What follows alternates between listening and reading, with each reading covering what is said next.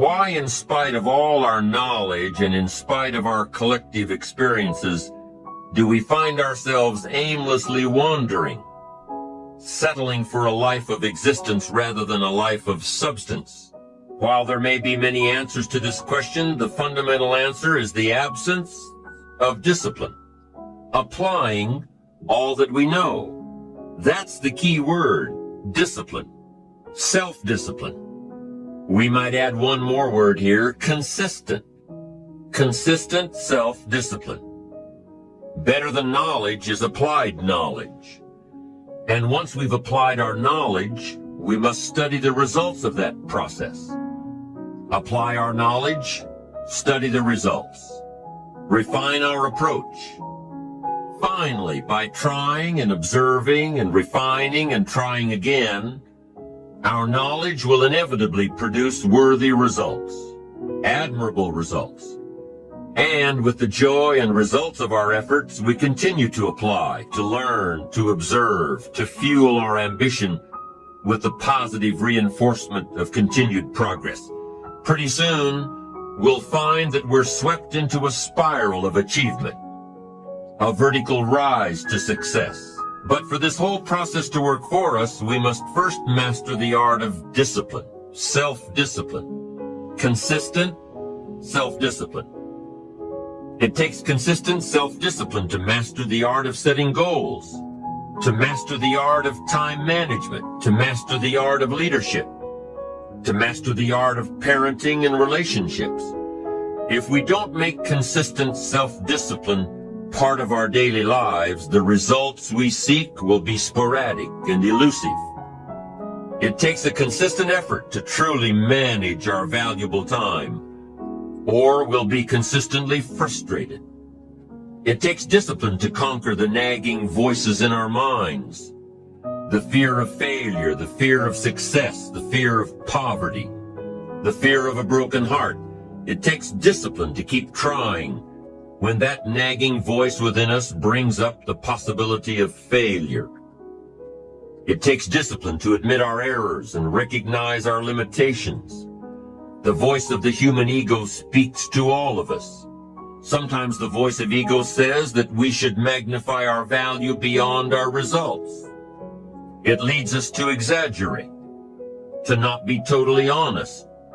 It takes discipline to be totally honest, both with ourselves and with others. Be certain of one thing: every exaggeration of the truth, once detected by others, destroys our credibility and makes all that we say and do suspect. It takes discipline to change a habit, because habits are formed a little bit each day, every day, every day. Once habits are formed, they act like a giant cable. They act like a nearly unbreakable instinct that only long-term disciplined activity can change. We must unweave every strand of the cable of habits slowly and methodically until the cable that once held us in bondage becomes nothing more than scattered strands of wire. It takes the consistent application of a new discipline, a more desirable one, to overcome one which is less desirable. It takes discipline to plan. It takes discipline to execute our plan. It takes discipline to look with full objectivity at the results of our applied plan. And it takes discipline to change either our plan or our method of executing that plan if the results are poor. It takes discipline to be firm when the world throws opinions at our feet. It takes discipline to ponder the value of someone else's opinion when our pride and our arrogance leads us to believe that we are the only ones with the answers. One good answer might be that discipline is a constant human awareness of the need for action and a conscious act by us to implement that action. If our awareness and our implementations occur at the same time, then we begin a valued sequence of disciplined activity. Now here's the other side of discipline. If there's considerable time that passes between the moment of awareness and the time of our implementation, then that is called procrastination. Doing it tomorrow instead of today. Procrastination, an almost exact opposite of discipline. The voice within us says, get it done. Discipline then says, do it now. Do it to the best of your ability, today, tomorrow, and always, until finally, the worthy deed becomes instinctive. Procrastination says later, tomorrow, whenever I get a chance. In every circumstance we face, we are constantly presented with these two choices. Do it now or do it later. Discipline and procrastination.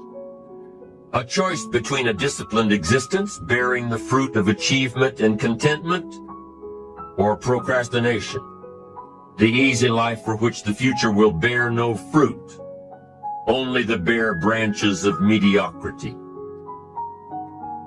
The rewards of a disciplined life are great, but they're often delayed until some time in the future.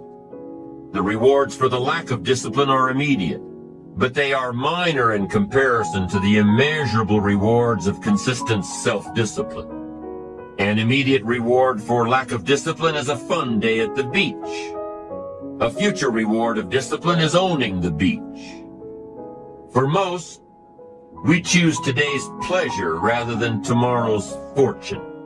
So how can you get rid of the easy distractions? How can you keep your mind on what you're trying to do? How can you keep an attitude of doing it all and doing it now? How can you make the choice of discipline over procrastination?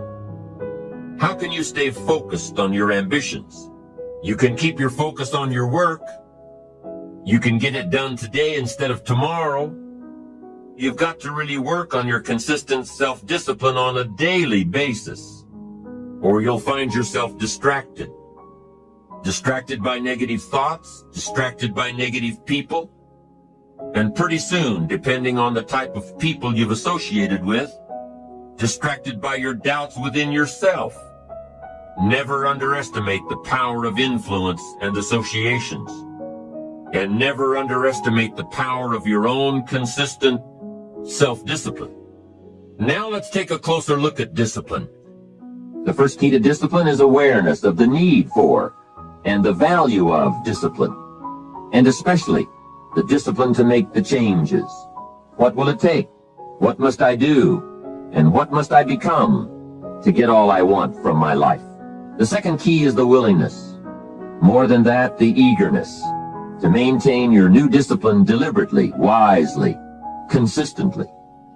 And the third key to discipline is the commitment to master the circumstances of your daily life, to see and harness the opportunities to make something of the sun and the rain, the good as well as what comes in the guise of misfortune. Discipline does many things, but most important of all is what it does for you. It makes you feel better about yourself. Even the smallest discipline can have an incredible effect on your attitude. And the good feeling you get, that surging feeling of self-worth that comes from starting a new discipline, is almost as good as the feeling that comes from the accomplishment of the discipline. Second, a new discipline immediately alters your life direction. You don't change destinations immediately. That is yet to come. But you can change direction immediately. And direction is very important. Third, discipline cooperates with nature. Everything strives. It is a common life function. How tall will a tree grow? As tall as it can. Everything strives to become all it can possibly be. And that striving to become is what discipline is all about. Disciplining ourselves to fulfill our natural potential to become all that we can be. And finally, discipline attracts opportunity. Opportunity is always looking for ambition and skill in action. Discipline taps the unlimited power of commitment. The human will in action, driven by inspiration, enticed by desire, tempered by reason, guided by intelligence, can bring you to that high and lofty place called the good life. Discipline Those unique steps of intelligent thought and activity that put a lid on temper and a faucet on courtesy, that develop positive and control negative, that encourage success and deter failure, that design lifestyle and control frustration, that enhance health and curb sickness, that promote happiness and manage sadness. Discipline, the start and the continuing process that brings all good things. And remember, anyone can start the process. It's not if I could, I would. It's if I would, I could. If I will, I can. So start the new process. You can begin a new habit no matter how small it is. Small isn't important. Whether or not you start and whether or not you continue are all that is important. And don't be deluded by an affirmation. Only affirm what you are truly prepared to do. Many of us delude ourselves with our words into believing that we're making changes and making progress, when in fact our daily activity is taking us in the exact opposite direction of our affirmations. I want to ask you, what's holding you back? Very often in my seminars, I say, what is your biggest single goal in life today? And what holds you back from achieving it? What sets the speed at which you achieve the goal? When I ask this question in my seminars or my consulting work, the common answers I get back are lack of funding, or I don't have the education, or my background, or even I'm not sure of the next step to take. What I've discovered, however, is that while all of these may be factors that can impact success, they're not the deciding or underlying factor. Do you know what is shackling people and depriving them from the success they desire and deserve? In most cases, it is fear. It's a deep, unconscious fear of failure or fear of rejection. It's a fear of loss. It's a fear that you will not succeed or that you'll be embarrassed. You may say to yourself, not me, I'm fearless. But the reality is fear is innate in human beings. Fear needs to be recognized and managed properly, or it becomes an anchor. We can become indecisive, have self-doubt, and simply fail to act. Fear may have us sitting on a great concept or idea, or it may restrict us from using our true talents. But what if there was a way to turn fear into fuel? This is the great question. First, you must realize the role negative thinking plays in feeding your fears. The thoughts may already be there, suggesting you can't, you shouldn't, and yeah, but what if? Before you know it, negative thoughts have piled one upon another and have become a seemingly insurmountable mountain to climb. I'm not saying you should ignore reality, but most often these negative thoughts are just a boogeyman under the bed.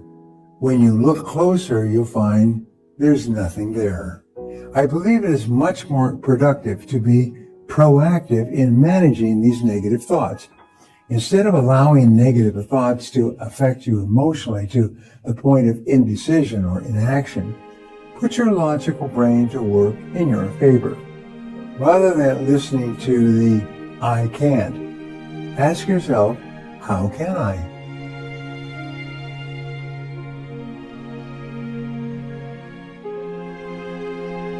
The next question is, what can I do about it?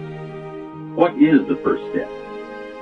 My best advice on this is to first recognize worry for what it is, admit what it does, and then decide you now want to be free.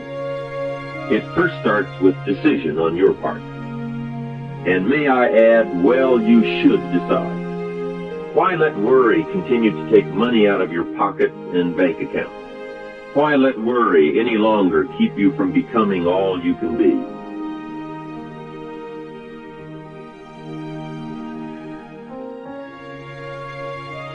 Why let it rob you of better friendships, better business, better profits, better results, better communication, better family relations. Why impose your worry on others any longer?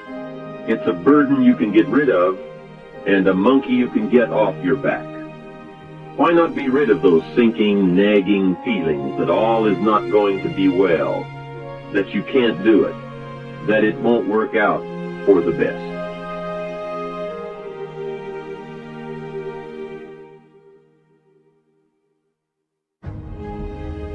Worry is undue concern that takes up too much of your mental and emotional time.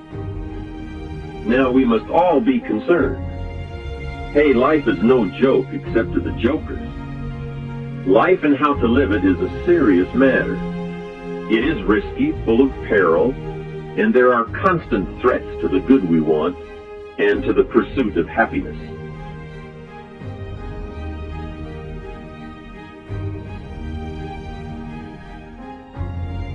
However, it is undue concern, or concern that takes up too much mental time, that begins the harm. It's like a family planning a wonderful trip. While they certainly should be concerned about the condition of the car, the tires, and making sure they pick the proper route, it would be foolish to allow themselves to be completely turned negative with the thought that they might crash and kill the entire family.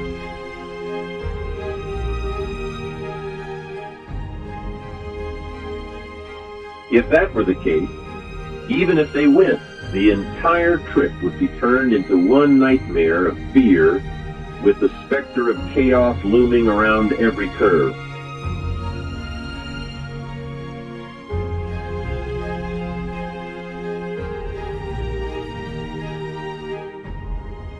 Say first, I've had it with worry. I'm tired of being beaten down and hassled with all those negative mental pictures. I refuse to be tricked by false facts. I'm really not that weak.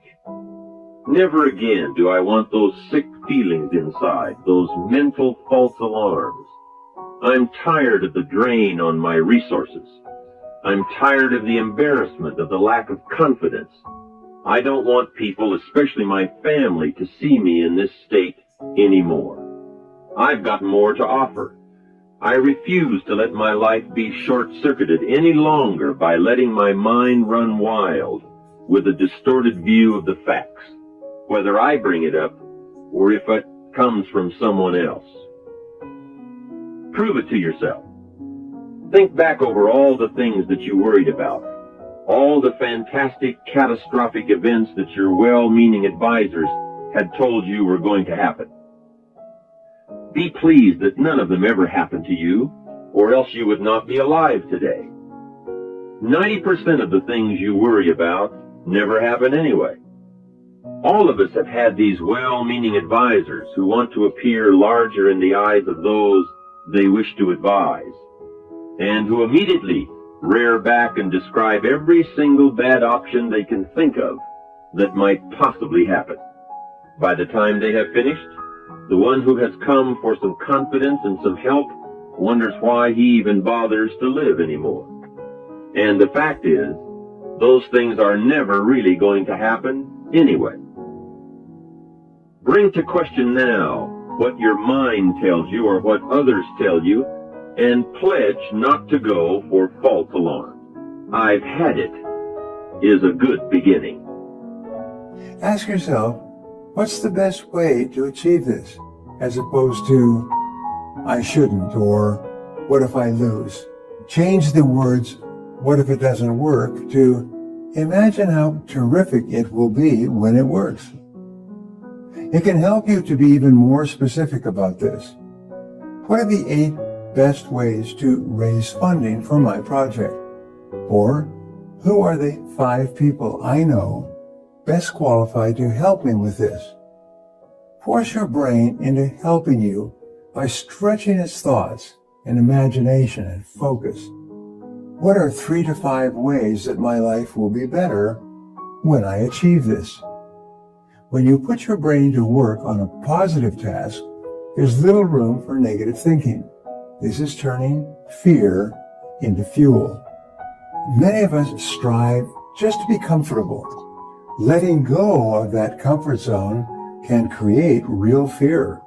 You may worry that by stepping out and doing something you always wanted to do or reaching for more may put your comfort in jeopardy. This first step will start you arguing with your worry thoughts. Soon you will start to examine your fears and worries to see if they are valid, and you won't let your mind play those mental tricks any longer. It is possible to destroy any emotion you have, including worry and fear, by a very simple process, and that is, analyze it to death. Drag it out on the table and look at it. Weigh it against all of your past experiences. Make sure this one can stand against all the past facts you have. You will now start to use worry instead of letting worry use you. It's a beginning, being in control instead of out of control. You will now let concern and the first signs of worry prompt you to learn, ask questions, and look at all sides in order to evaluate true, positive, constructive action. Now you can say, I will let fear advise me of the facts, but I won't let fear tell me these are all the facts. Nor will I let fear determine my reactions to the facts. I will gladly take up the war of faith over doubt, reason over fear, and positive expectation over worry. Need a little pick-me-up today? Welcome to the new Fresh Motivation app, where you'll find daily motivation, daily quotes. Listen to your favorite speeches in the background or with a black screen, so nothing interrupts your motivational moment, where you can create your personal profile, create playlists of your favorite speeches and quotes, add personal notes, and start setting goals. Fresh Motivation, the home of motivation. Get it now for free on Google Play.